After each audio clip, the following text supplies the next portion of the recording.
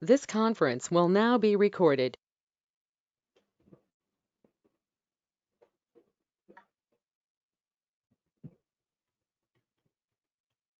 Water.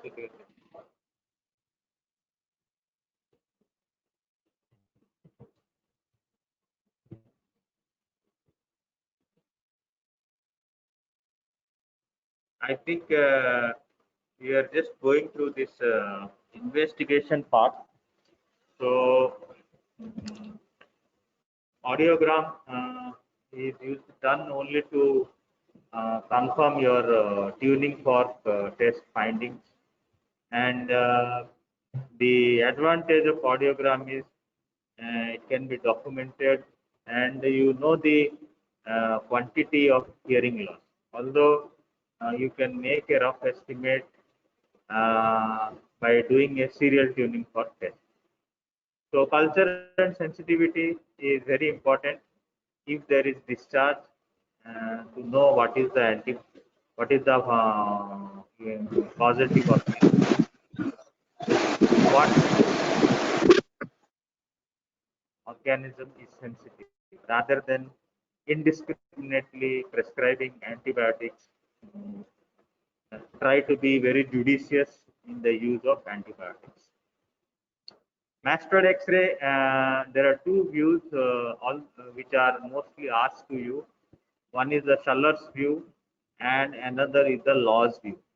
So both the views are a lateral oblique view. They are not lateral view, but lateral oblique view. Only why they are taken in an oblique way is to prevent overlapping of both the mastoid. So if you take a lateral view, no, the opposite mastoid might overlap the mastoid of the say the left side might overlap the right side. But if you take a lateral oblique view, that overlapping is not there, and so you take right and left mastoid separately. So these are the two views, and I also told you regarding lot of things you can learn from a mastoid X-ray, and the most important thing is the pneumatization, whether it's a pneumatic mastoid or it is a sclerotic mastoid or it's a diploic mastoid. So this is very frequently asked in your oral exam. Radiologically, how many types of mastoid do you see? So you say it is three types: pneumatic and diploic and sclerotic. The pneumatic means all the air cells are visualized very clearly, and in an X-ray it looks like a honeycomb in appearance. So this is again a very frequently asked question. A pneumatic mastoid looks like what in an X-ray? You say it looks like a honeycomb. Then you see the dimension of the mastoid, whether it's a normal mastoid, it's a sunken mastoid. You see the integrity of the dural plate and the sinus plate, and also you see the pathology, because sometimes you, in case of cholesteatoma, you may find a big cavity in the mastoid. So a cavity in the mastoid, I will tell you what are the differential diagnosis of a cavity in the mastoid. So one of the differential diagnosis is due to the extensive cholesteatoma, which is what you say by the osteoclastic activity has eroded all the bones, and now the mastoid cavity has become one large cavity. Okay. So here you can see this is the sinus plate, this is the dural plate we had discussed, and this is the external auditory canal. This is the tympani, it is the temporomandibular joint. You can see the glenoid cavity here very clearly. Then you can see this is the sigmoid sinus. It is almost like S shaped. You can see here, and then this is the sinodural angle or the Chitalis angle, and then you have different type of mastoid air cells which we have discussed, starting from the central to peripheral groups, and then this is the occipital bone. Here you can very clearly see the opposite side, the same side, but you can see the opposite mastoid is not overlapping it. It is only because the lateral oblique view is taken. This is the audiogram. You can see this also we have talked. This is the left ear air conduction, and this is the right ear air conduction. So the color is constant. The right is marked by circle and is red in color. So and the left is marked by a cross and is blue in color. And the bone conduction is not given here because it is almost normal. So the bone conduction will be somewhere here. So this clear cut says that on the right side there is a large airborne gap involving almost all the frequencies, and whereas on the left side there is hardly any airborne gap. So this indicates a right conductive hearing loss. So you can see, you can make out by calculating, you can take the average, and then you can tell what is the average of three, usually 500,000 and 2K. So it is 40, 35, 35. So almost it is 37 decibel hearing loss is there.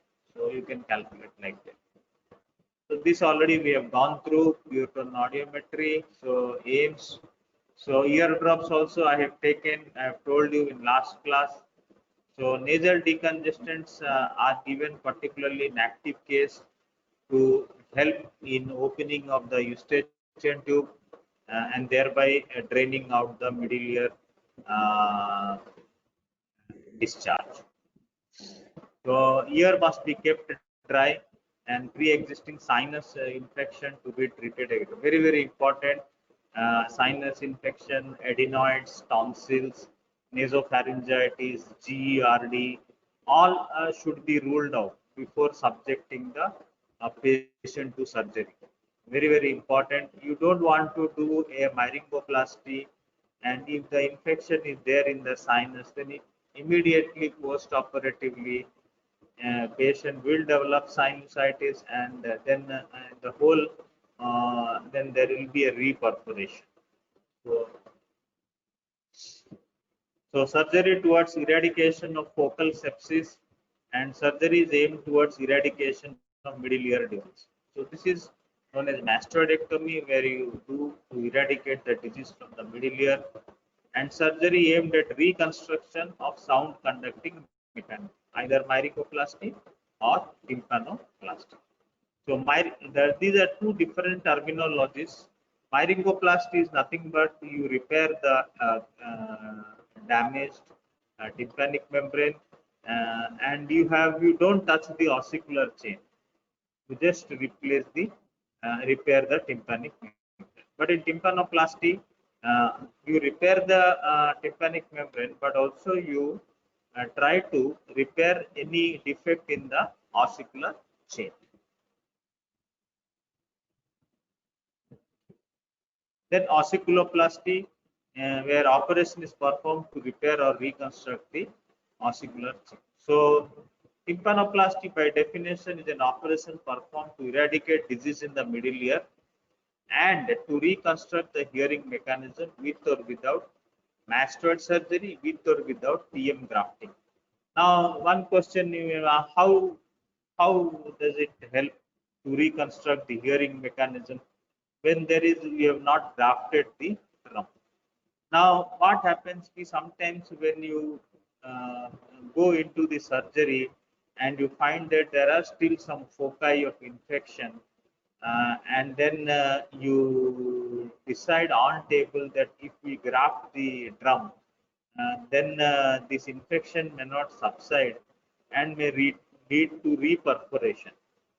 So that is what they do is they stage the operation. So the first half, they repair the hearing mechanism, and then after 6 months, when the mucosa has become dry and the foci of infection has subsided completely, they go for the second, that is the grafting. But in India, it is not that possible to do.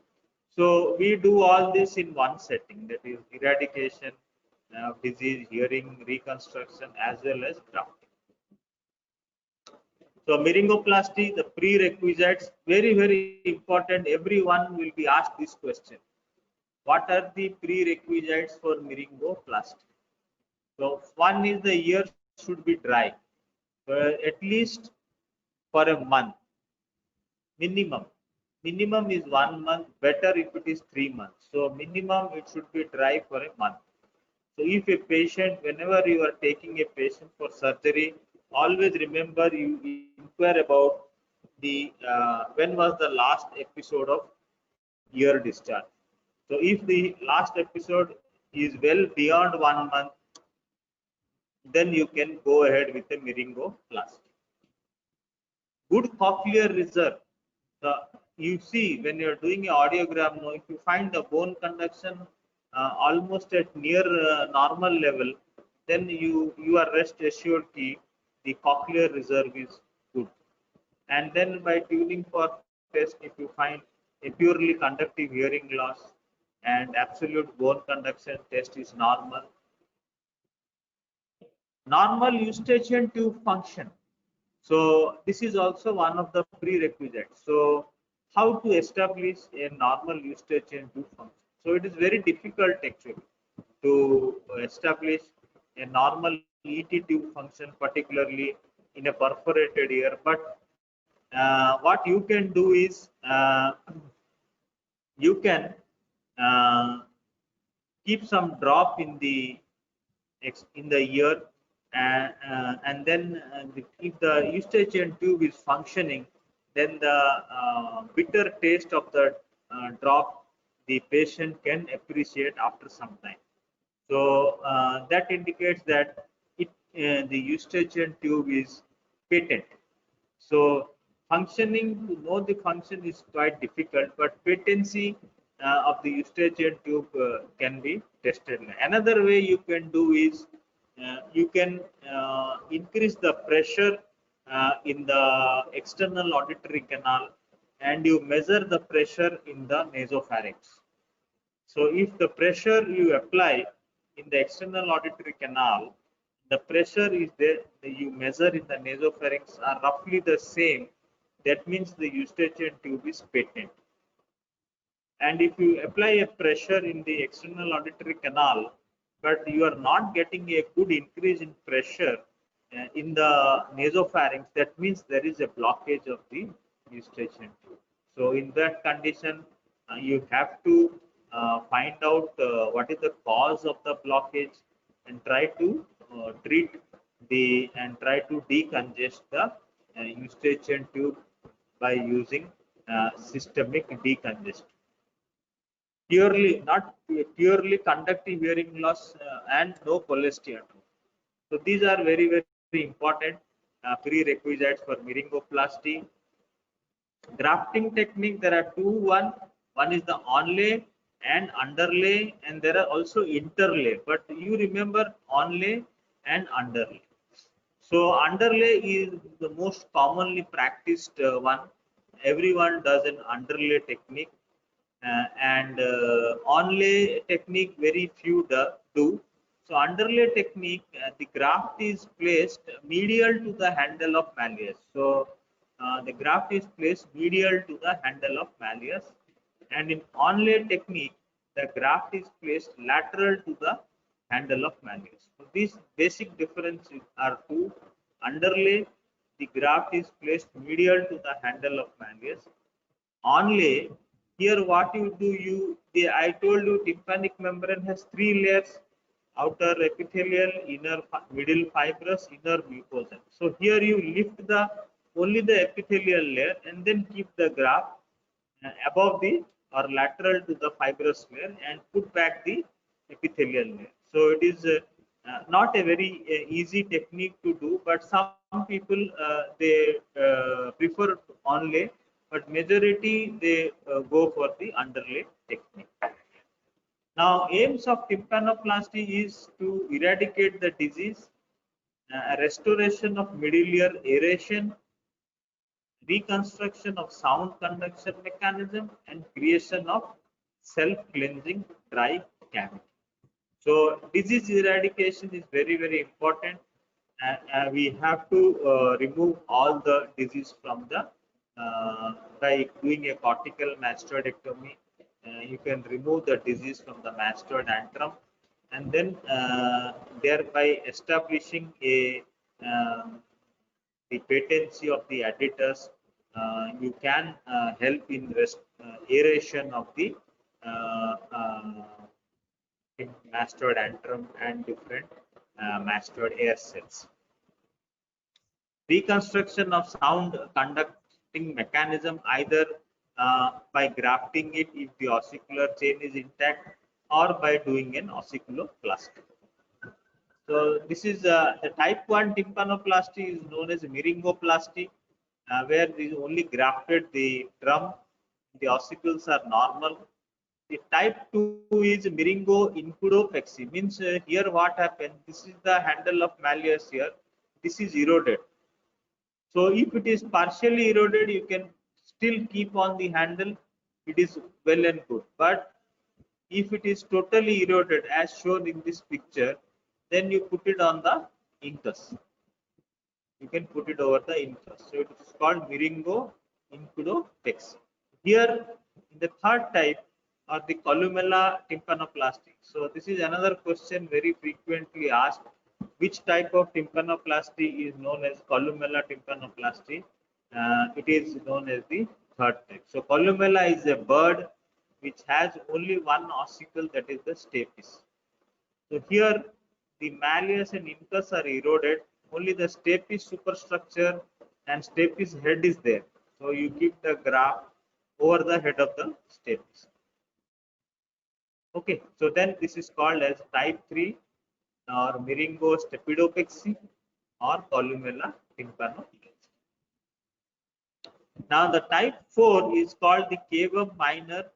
Here what happens is even the crura are also lost. The crura is also lost. So you put it over the foot plate, remaining foot plate. So and then you can see once you put it over the foot plate, no, you see the middle ear cross-sectional area of the middle ear cavity goes on decreasing from here, still less. See from here to here to here to here. You see the middle ear cavity dimension is reducing. So that is not good. So and the outcome of the hearing improvement also won't be that good after doing say a myringostapedopexy, then doing a myringoplasty. So type 5 is a fenestration operation.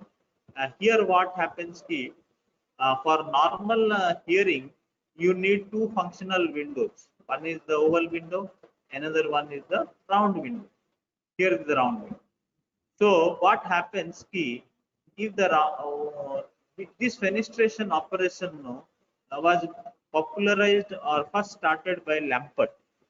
So this was done before the advent of stapedectomy, and where they used to create a small opening in the lateral semicircular canal. So this small fenestra means making a small opening in the lateral semicircular canal. So you, after making small opening here, what happens? You bypass the fixed foot plate, and then you have again two windows. One is this, another one is this. So the patient also had good amount of hearing gain.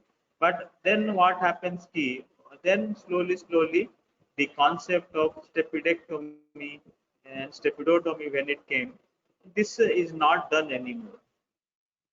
This is not done anymore. Okay, and so but if you have to remember this, type 5 tympanoplasty is called fenestration operation.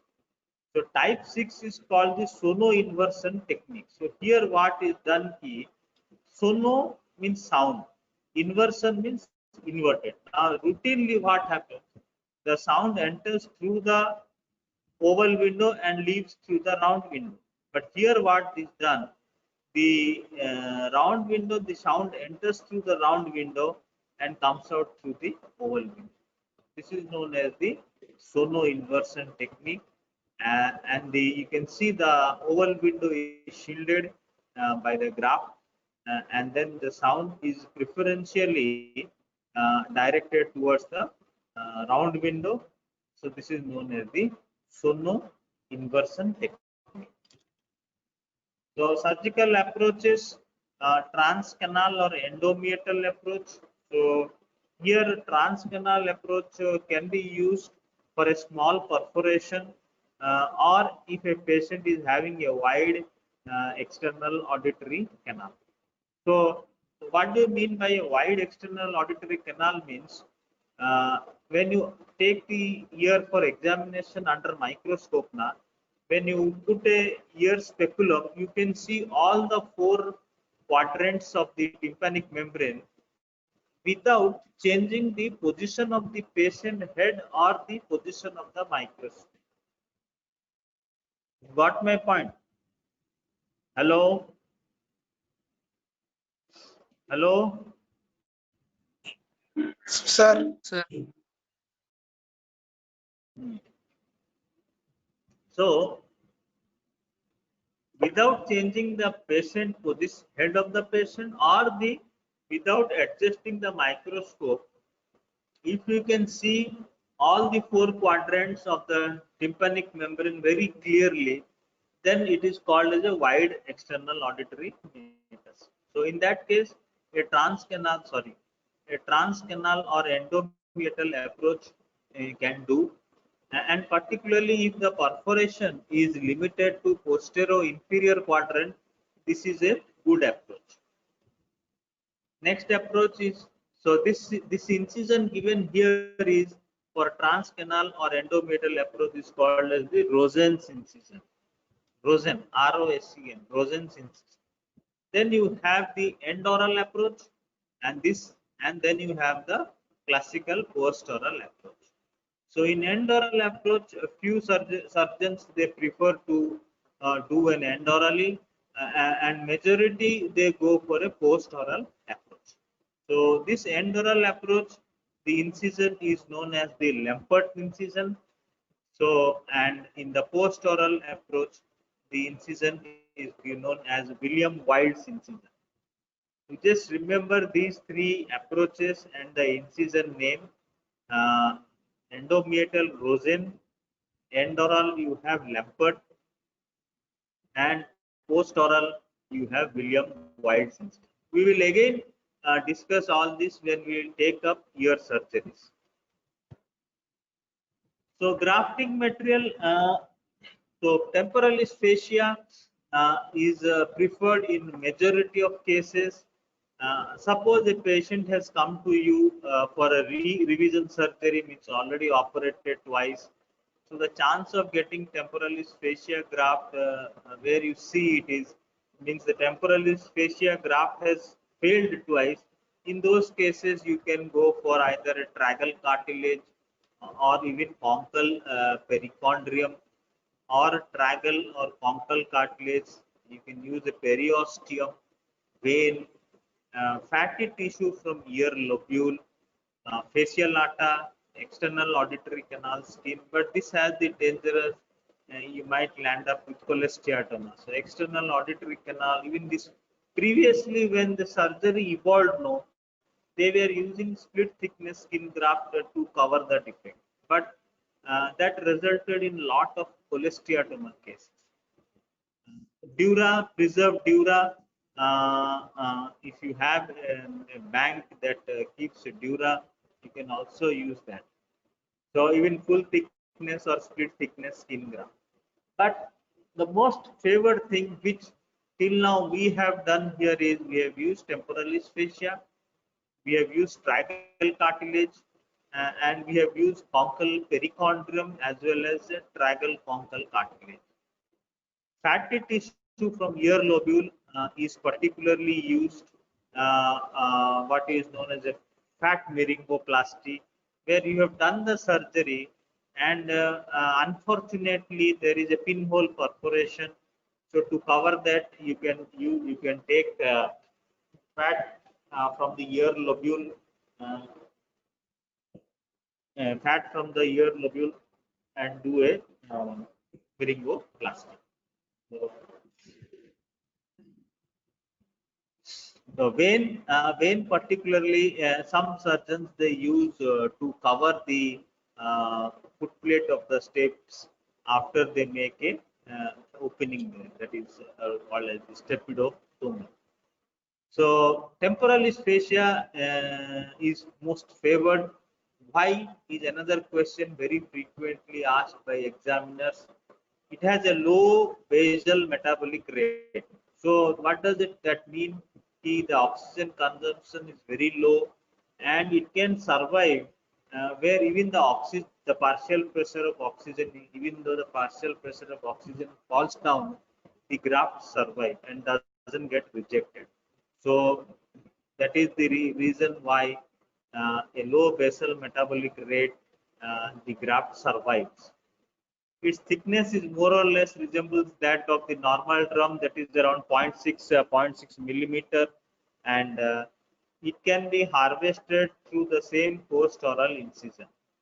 So you give the William Wild's incision, and from there you can harvest the graft. You need not keep another incision to harvest the graft. Available in plenty, that is true. You can also use it for revision surgery and re-revision surgery, and a good take-up rate. Here you can see this is the temporalis fascia here, and below that is you have the temporalis muscle, and here the ear has been given incision, a William Wild incision has been given, and you can see the retractors on either side. They are retracting the subcutaneous tissue. So the temporalis fascia lies just above the temporalis muscle. So here, and then this is a dissector. You dissect the muscle away from the fascia. Very, very important. You should not keep any muscle attached to the fascia, because in the muscle tissue might undergo necrosis, and then this will be a foci of infection, and then whole graft will get rejected. So when you are harvesting a graft, you make sure that it is totally clean and devoid of underneath any temporalis muscle. So this is you can see the graft has been taken, and then you spread it out evenly on a steel plate, on the lower aspect of the steel plate, and then it's a very nice large graft, and it should be thin and uniform. Main thing is it should be uniformly stretched out, and then you allow it to dry. This is meanwhile you continue your surgery. By the time you finish, this will be dried out, and then you can use it. You can take it out, cut it, and shape it according to your need.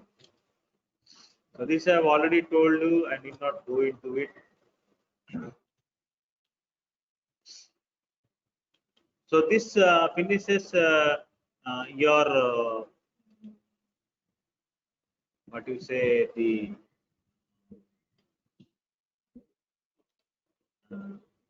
safe type of CSOM.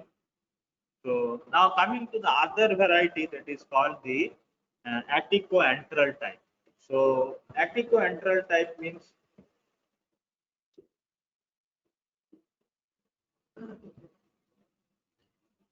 okay. Now before going into this, any doubt you have on safe type of CSOM, you can ask.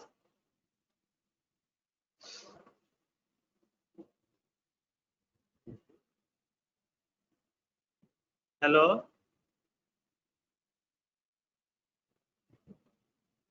Am I audible?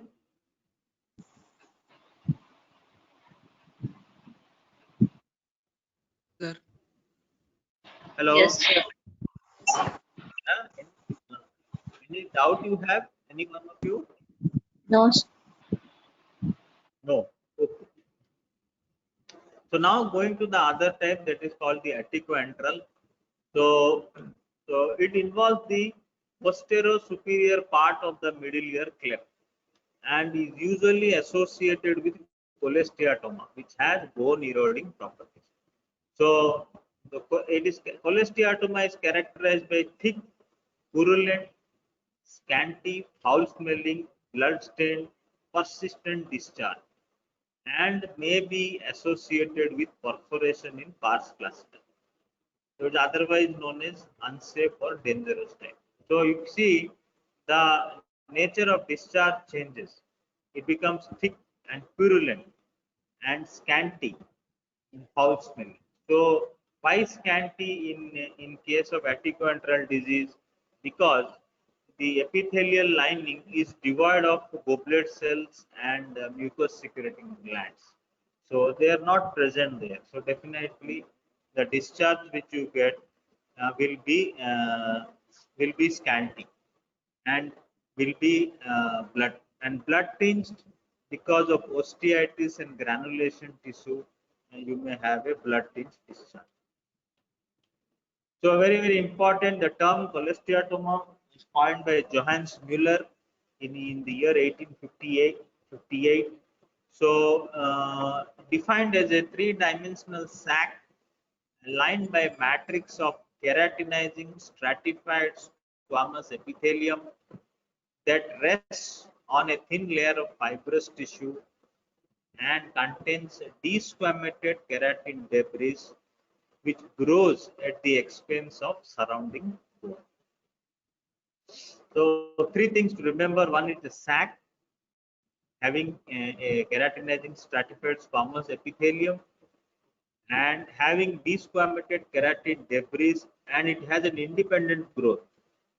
And also it can also, another thing which is not written here is recurrence, which recurs after removal. So why it recurs? Because the cholesteatoma has pseudopodial like extensions into the bone. So if you are not very much diligent while taking out the cholesteatoma, you may leave out a few here and there, and then it recurs immediately. But this is a misnomer because it is neither a tumor nor it has any cholesterol. But still, we are persisting with this name, which was coined by Johannes Müller. The better terminology is epidermis.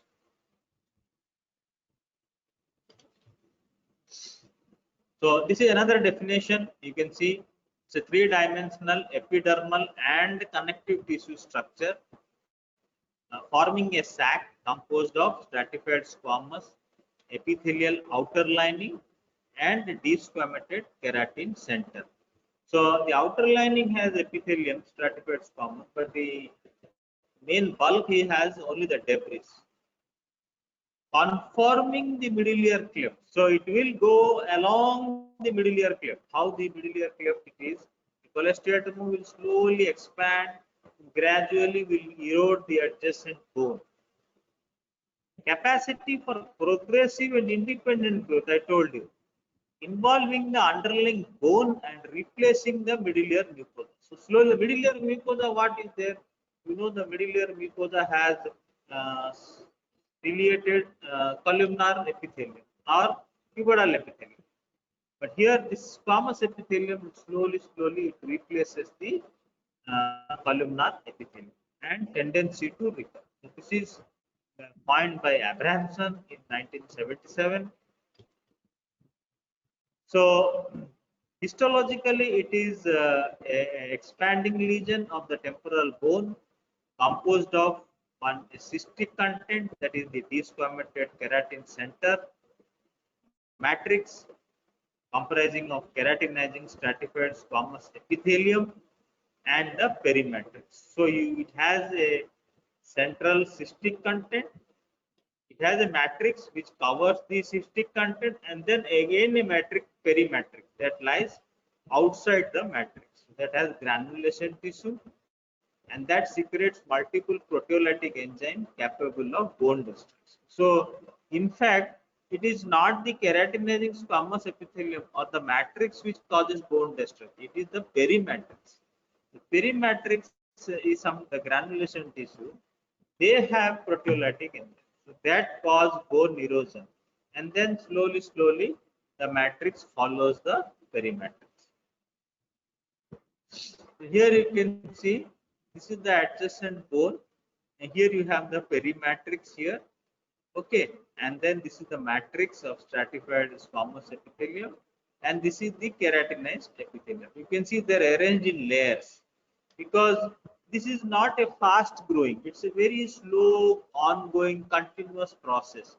So it will have like an onion skin appearance. So layer by layer, how if you cut a onion and see how layer by layer it is, like that only you will get the picture.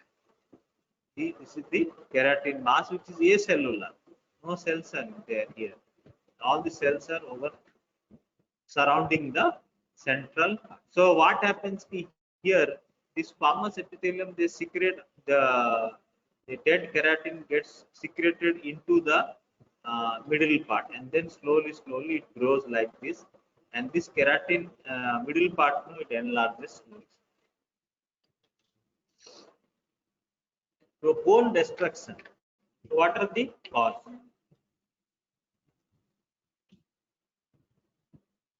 So remember, the hallmark of the disease is bone destruction. So and this bone destruction leads to all the major complications which we will be reading in subsequent class. So what the most likely cause? So one of the most important causes is a hyperemic decalcification. So what hyperemic decalcification means is when the inflammation, I told you in the last class, when the middle ear gets inflamed, the vascularity increases and some new vessels are also formed. And these new vessels, they through the new vessel and the blood flow increases, the cytokines are also driven into the area of inflammation, like TNF alpha, TNF beta, interleukin 6, 1, 8. So all these cytokines, what they do, they increase the osteoclastic activity and thereby causing decalcification. And bone resorption, even enzymatic way by acid phosphatase, collagenase, acid protease, proteolytic enzymes, leukotriene, cytokines can also lead to osteoclastic bone resorption. These two are mostly accepted theory. Least accepted one is the pressure necrosis and bacterial toxins. Bacterial toxins, particularly notorious is Pseudomonas. The Pseudomonas aeruginosa, lipopolysaccharide covering of Pseudomonas aeruginosa, they secrete certain ligand that is called RAND ligand. This RAND ligand, it causes osteoclastic activity. So thereby, bacterial toxins, particularly that of Pseudomonas, leads to bony erosion.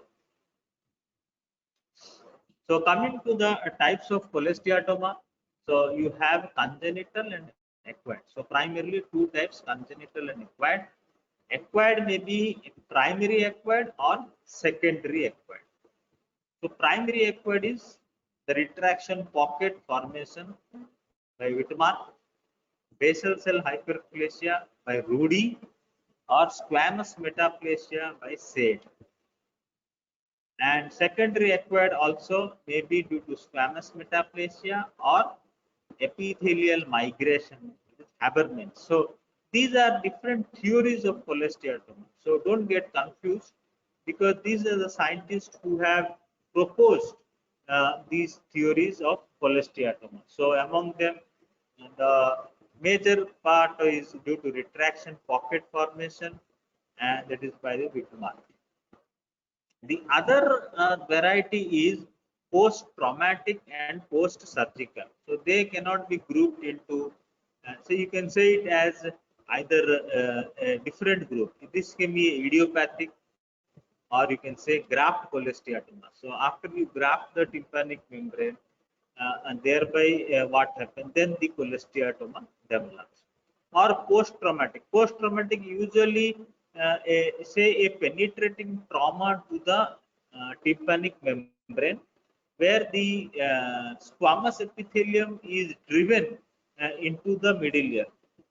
So the squamous epithelium is driven into the middle ear, or by fracture of the tympanic plate of bone, where the squamous epithelium is driven into the fracture line, and there it slowly develops into cholesteatoma at a later stage of the life.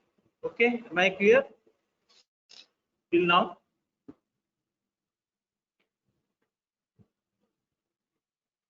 Yes, sir. Yes. Acha, am I clear? Yes, sir.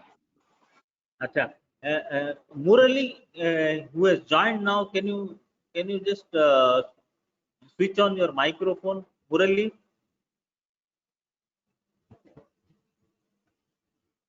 Hello, Sir. you have joined now? Yes, Huh? sir. Why? I didn't send a message. Message చూసుకోలేదు sir, ఇప్పుడే చూసుకున్నా sir. Why? Classes are being taken on the scheduled day only, no? Every అంటే day you not see the messages. If a class is being scheduled on Tuesday 9 to 10, it should be taken. Huh? Why you didn't see? And you were joining at almost 5 minutes to 10. What major part though you have missed? Okay, your wish. Now coming to the congenital cholesteatoma. So congenital cholesteatoma arises from the congenital cell rest in the middle ear.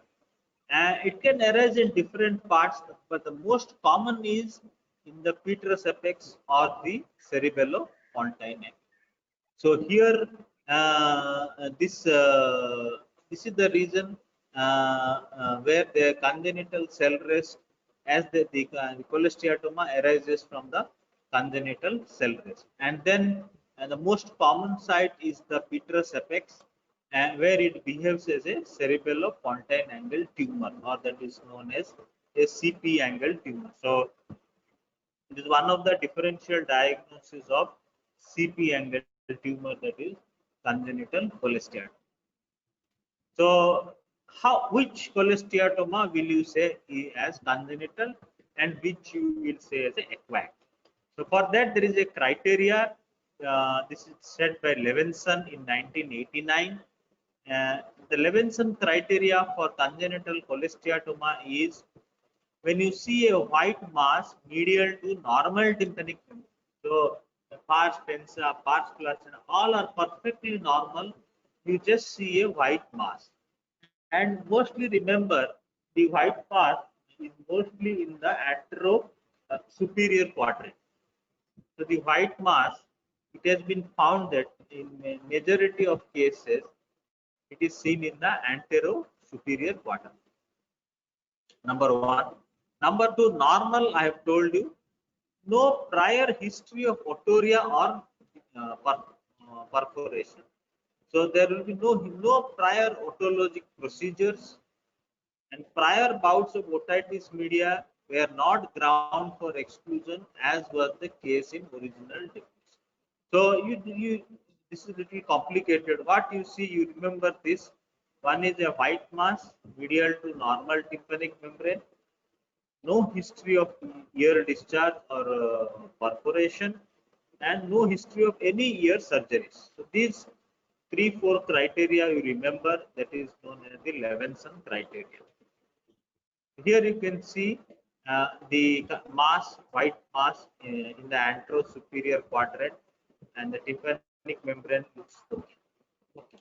And this is the congenital cell rest. And this is the invagination theory by Whitmark. You can see there is retraction. This is you can see it's the handle of malleus. This is the lateral process of malleus. You can see the tympanic membrane is thinned out and retracted. And here you can see this is the round window. Over here, this is the stapes head, you can see. And the incus is not seen. Maybe the incus is eroded. Here you are seeing this is the stapedius tendon.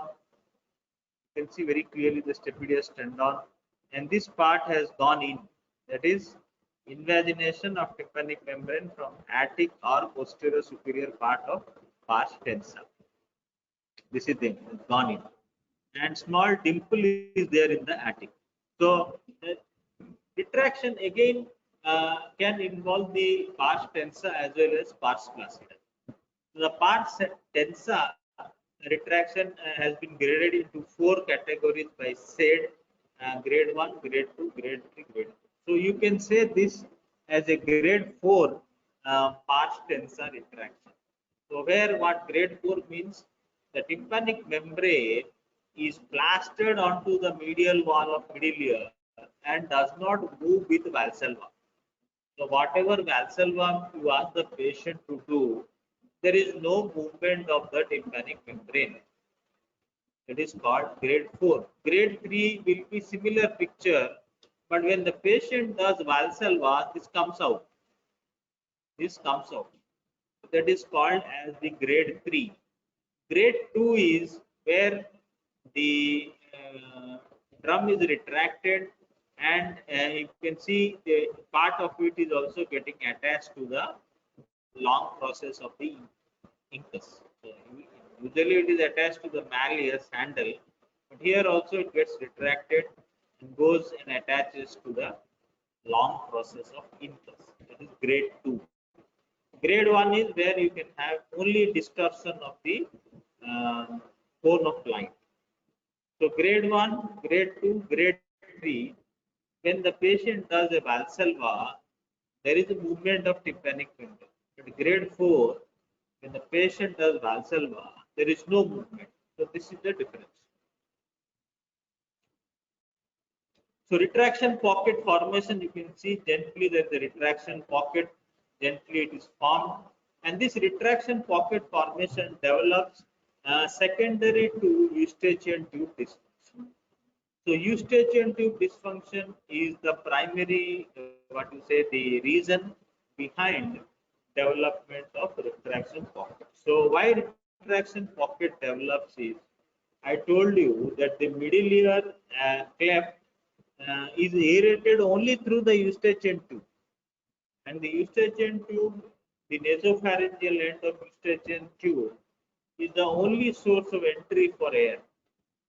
Unless and until you put a ventilation tube or there is a perforation, then there is aeration of the middle ear. Then without these two, there is no question of middle ear being aerated. So what happens is, if the obstruction at the eustachian tube is not relieved, then the air is slowly resorbed by the mucosa. Then gradually the negative pressure increases, and then the membrane gets slowly sucked in like that. Okay.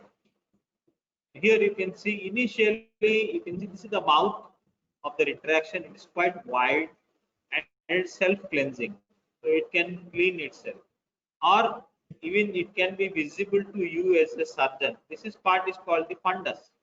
The deep part is called the fundus. So if you can see the fundus now, you can clean it either by suction cleaning under a microscope. But once it goes here, you see the mouth has become very small and narrow.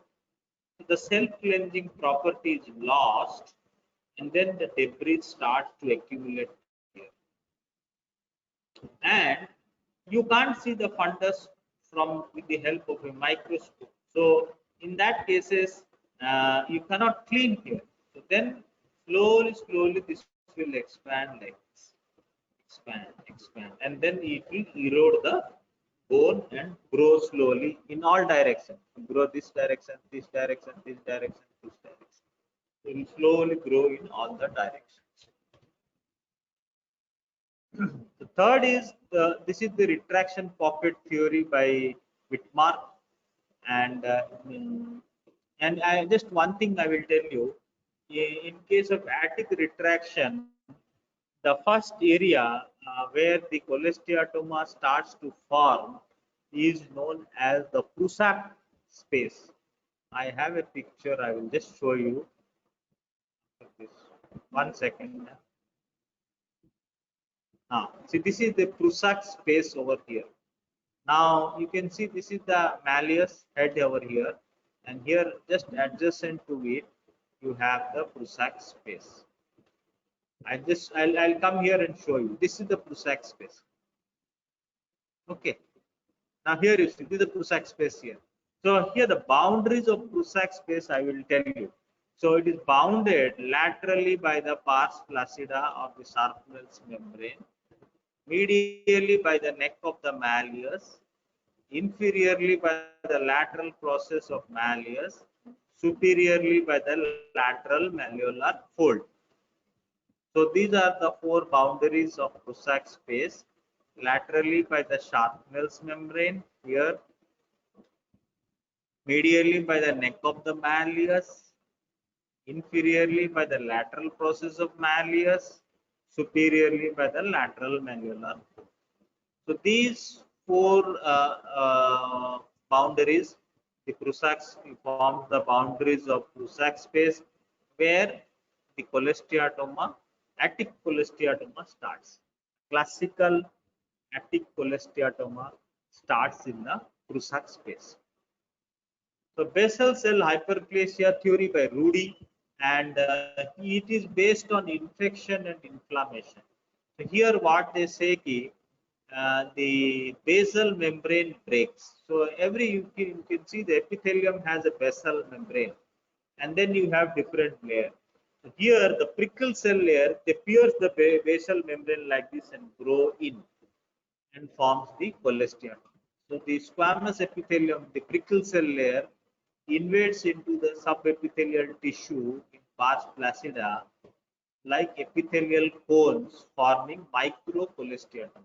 Here, because of inflammation, prickle cell layer slowly grows and then results in microcholesteatoma. So this enlarges and perforates secondarily through the tympanic. So once it has perforated, now it is very difficult to say whether it is a retraction pocket or it is a basal cell hyperplasia. But then it becomes difficult to say.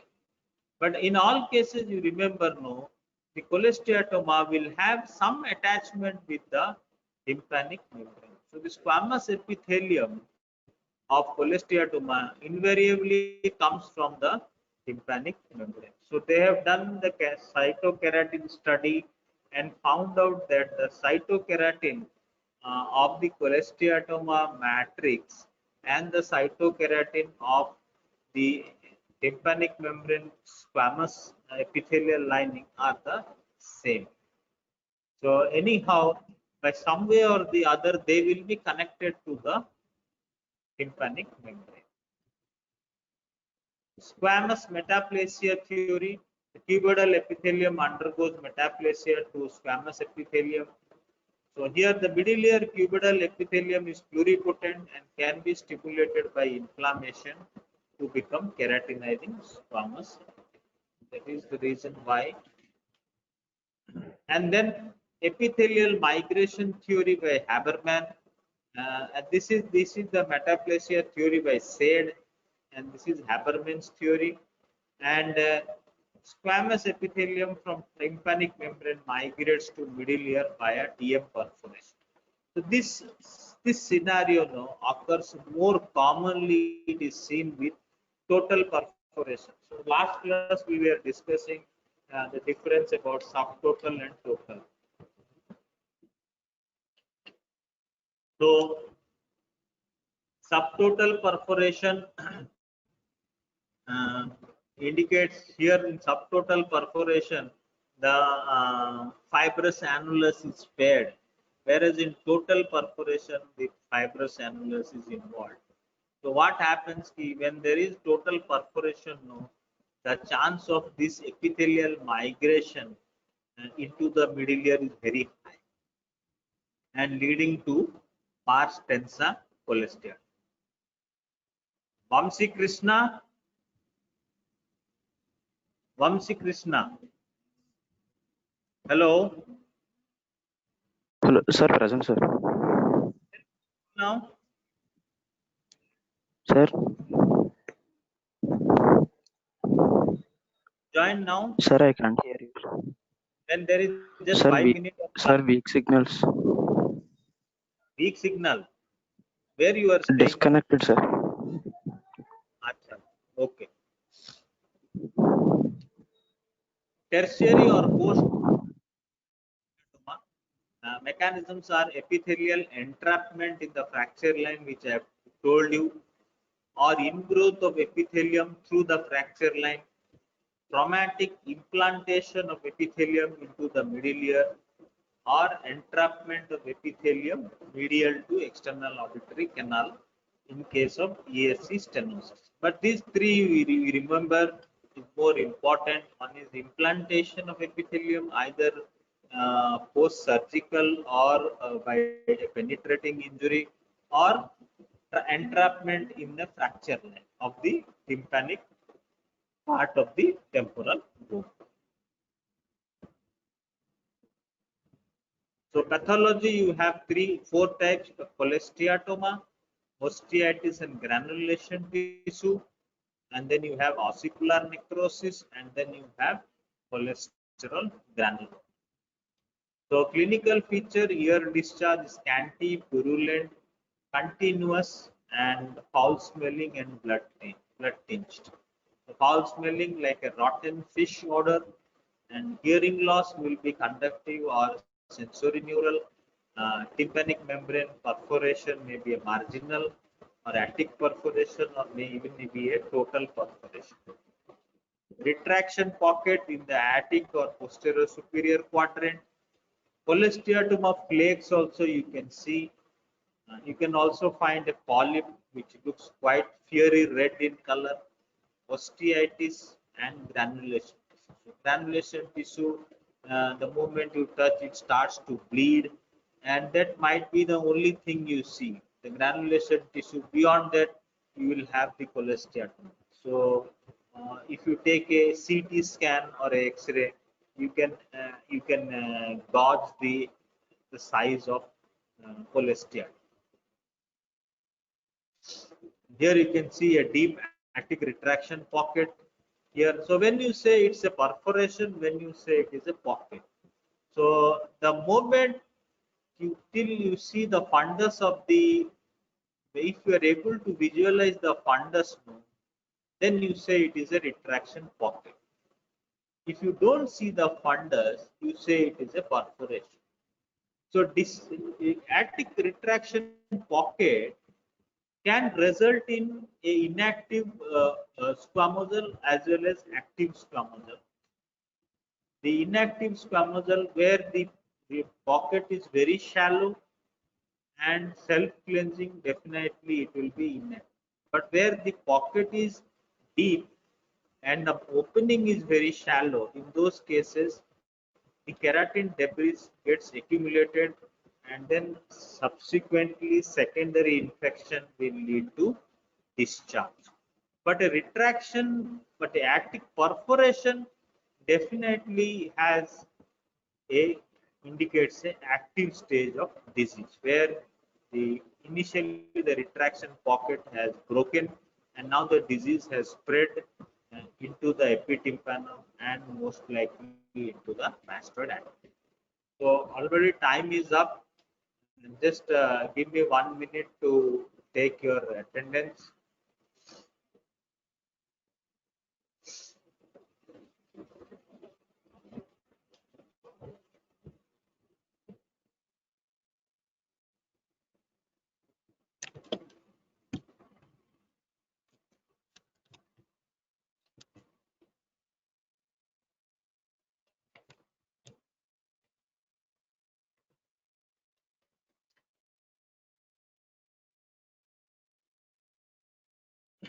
So any doubt?